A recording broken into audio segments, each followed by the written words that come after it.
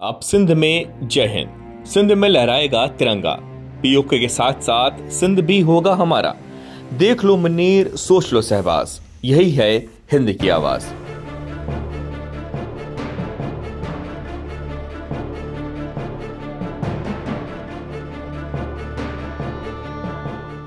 देश के रक्षा मंत्री राजनाथ सिंह के बयान ने पाकिस्तान में खलबली मचा दी।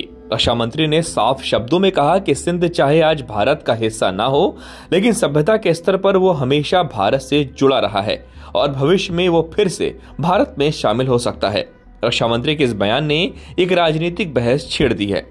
दिल्ली में आयोजित सिंधी समाज सम्मेलन में रक्षा मंत्री राजनाथ सिंह ने सिंध को भारत की सभ्यता का अभिन्न अंग बताया। उन्होंने कहा कि सीमाएं कभी भी बदल सकती हैं और ये भी मुमकिन है कि भविष्य में सिंध फिर से भारत के साथ जुड़ जाए। यह बयान ऐसे समय में आया है कि जब इसी साल मई में हुए ऑपरेशन सिंदूर के बाद भारत पाकिस्तान के बीच तनाव बढ़ा हुआ है। कार्यक्रम में राजनाथ सिंह ने कहा कि पाकिस्तान का जो हिस्सा आज सिंध कहलाता है, वही सिंधी समुदाय का मूल स्थान है। यही इलाका सिंधु घाटी सभ्यता का उद्गम स्थल भी माना जाता है। उन्होंने वरिष्ठ बीजेपी नेता लाल कृष्ण आडवाणी का जिक्र करते हुए कहा कि विभाजन के बाद भी सिंधी हिंदुओं का इस क्षेत्र में भावनात्मक और सांस्कृतिक रिश्ता कभी नहीं टूटा। भारत सहित दुनिया के देशों में सिंधी समाज के लोग समाज निर्माण के कार्यों में अपना बहुत बड़ा योगदान कर रहे हैं। ऐसा शायद ही कोई क्षेत्र हो जहां अपनी सरनेम का कोई व्यक्ति नेतृत्वकर्ता न मिल जाए। आनी सरनेम का कोई व्यक्ति नेतृत्वकर्ता न मिल जाए, शायद ही देश में ऐसा कोई क्षेत्र हो। चाहे शिक्षा हो, चाहे वह शिक्षा का क्षेत्र हो या रियल एस्टेट, चाहे कला के क्षेत्र हो या कानून और राजनीतिक जैसे क्षेत्र, चाहे टेक्सटाइल की बात हो या ट्रेड इंडस्ट्री की हो, आज सिंधी समाज के लोगों के योगदान के बिना किसी भी क्षेत्र की कल्पना की ही नहीं जा सकती है। मेरे बहनों भाइयों, मैं आज के.आर. बलकानी जी को भी याद करना चाहता हूं, जो ऑर्गेनाइजर के पहले और सबसे लंबे समय तक अपनी सेवा देने वाले मुख्य संपादक थे।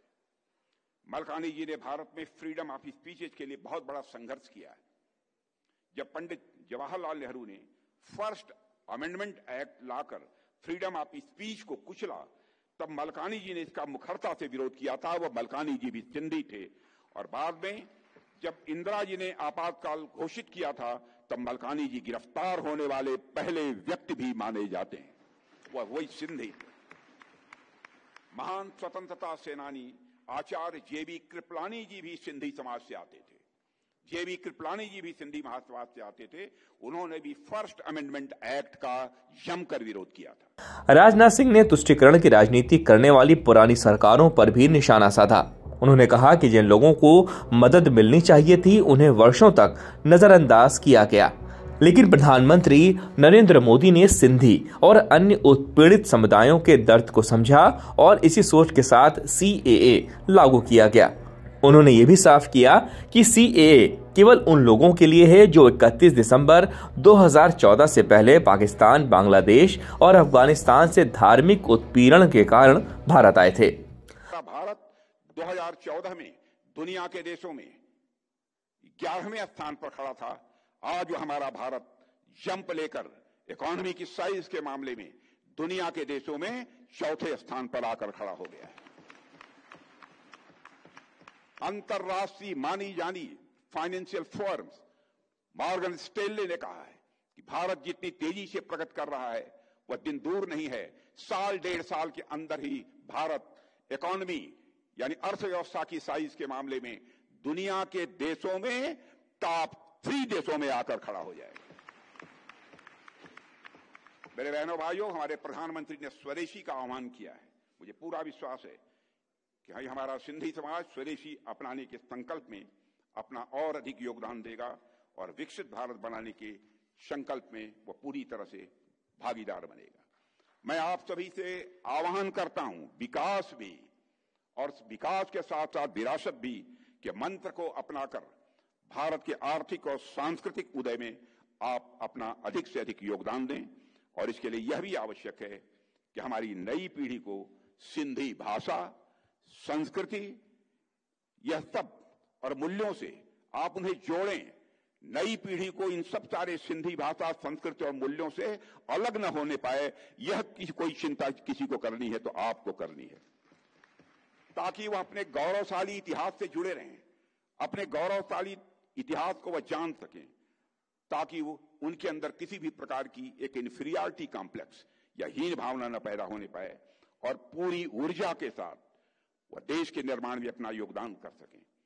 इसी विश्वास के साथ भारत की प्रगति, भारत की उन्नति में अपना योगदान आप देते रहेंगे, यही अनुरोध करते हुए और पुनः आप सभी का अपनी तरफ से भी अभिनंदन करते हुए और भारत ही नहीं विश्व में रहने वाले सिंधी समाज के सभी लोगों का इस अवसर पर अभिनंदन करते हुए अपना निवेदन समाप्त करता हूं।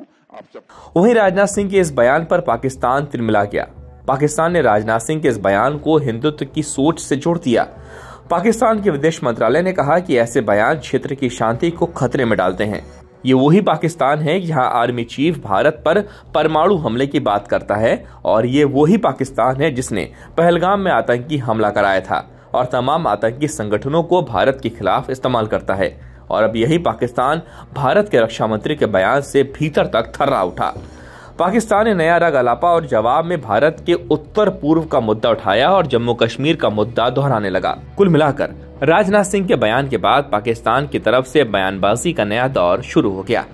पाकिस्तान फिर अपने पुराने ढर्रे पर है, पुराना राग अलापने लगा। लेकिन पाकिस्तान ये नहीं जानता कि सिंध में आक्रोश सड़कों पर सैलाब बनकर उतर चुका है, क्योंकि पाकिस्तान के सिंध प्रांत में एक बार फिर अलग देश यानी सिंधु देश की मांग तेज हो गई है। रविवार को सान नाम के एक कस्बे में बड़ी संख्या में लोगों ने प्रदर्शन किया। ये लोग चाहते हैं कि सिंध पाकिस्तान से अलग होकर एक स्वतंत्र देश बने। प्रदर्शनकारियों के हाथों में भारतीय प्रधानमंत्री नरेंद्र मोदी समेत कई अन्य विदेशी नेताओं की तस्वीरें थीं, जो विश्व नेताओं से अपील कर रहे हैं कि वे सिंध को अलग देश बनाने में मदद करें। सिंधु देश की ये मांग नई नहीं है। इसका इतिहास 1947 के भारत पाकिस्तान बंटवारे से जुड़ा है। सिंध वो इलाका है जो सिंधु नदी के आसपास फैला है। बंटवारे के समय ये पूरा इलाका पाकिस्तान में चला गया और पाकिस्तान के 4 प्रांतों में से एक बन गया। बंटवारे के दौरान कई सिंधी हिंदू भारत आ गए और वहीं भारत से कुछ मुसलमान सिंध में जाकर बस गए। धीरे धीरे आबादी का संतुलन बदल गया और स्थानीय सिंधियों की संख्या कम हो गई। कई मूल सिंधियों का मानना है कि पाकिस्तान ने उन्हें कहीं बराबरी का दर्जा नहीं दिया और उसकी संस्कृति, भाषा और पहचान को नुकसान पहुंचाया। इसी वजह से वे एक स्वतंत्र सिंधु देश की मांग उठाते हैं। उनके लिए सिंध सिर्फ एक प्रांत नहीं बल्कि उनकी सांस्कृतिक पहचान और अस्तित्व का आधार है। यह आंदोलन किसी एक धर्म तक सीमित नहीं। सिंधु देश की मांग करने वाले सिंधी हिंदू और सिंधी मुसलमान दोनों शामिल हैं। उनकी समस्याएं बलूचिस्तान के लोगों की तरह है, जो ये आरोप लगाते हैं कि पाकिस्तान सरकार उन्हें केवल प्राकृतिक संसाधनों के लिए इस्तेमाल करती है और उन्हें राजनीतिक अधिकार या सम्मान नहीं देती। इसी असंतोष ने सिंध में फिर से अलग देश की मांग को तेज कर दिया है।